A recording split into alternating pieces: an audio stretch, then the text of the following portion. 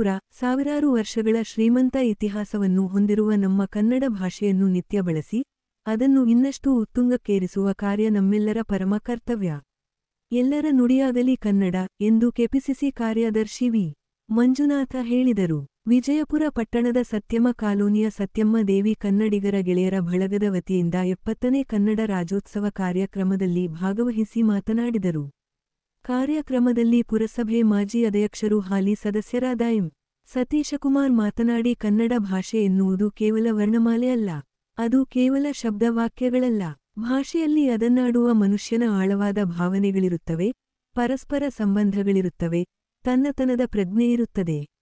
ಅದು ನಮ್ಮ ಸಂಸ್ಕೃತಿ, ಇತಿಹಾಸ, ನೆಲ-ಜಲದ ಸಂಪತ್ತು ಸೇರಿದಂತೆ ಎಲ್ಲವನ್ನೂ ಒಳಗೊಂಡ ಅಸ್ಮಿತೆ. ಕನ್ನಡ ಭಾಷೆ ಈ ಅಸ್ಮಿತೆಯ ಜೀವಧಾತು ಎಂದರು. ಕಾರ್ಯಕ್ರಮದಲ್ಲಿ ಸಂಪತ್ ಕುಮಾರ್ ಮಾಜಿ ಪುರಸಭಾ ಸದಸ್ಯರು, ಮುಬಾರಕ್ ಅಫ್ಜಲ್ ಪಾಷರ್ ಅಲ್ಪಸಂಖ್ಯಾತ ಘಟಕದ ಅಧ್ಯಕ್ಷರ, ಇಕ್ಬಾಲ್ ಪುರಸಭಾ ಸದಸ್ಯರು, ಎಚ್. ಎಂ.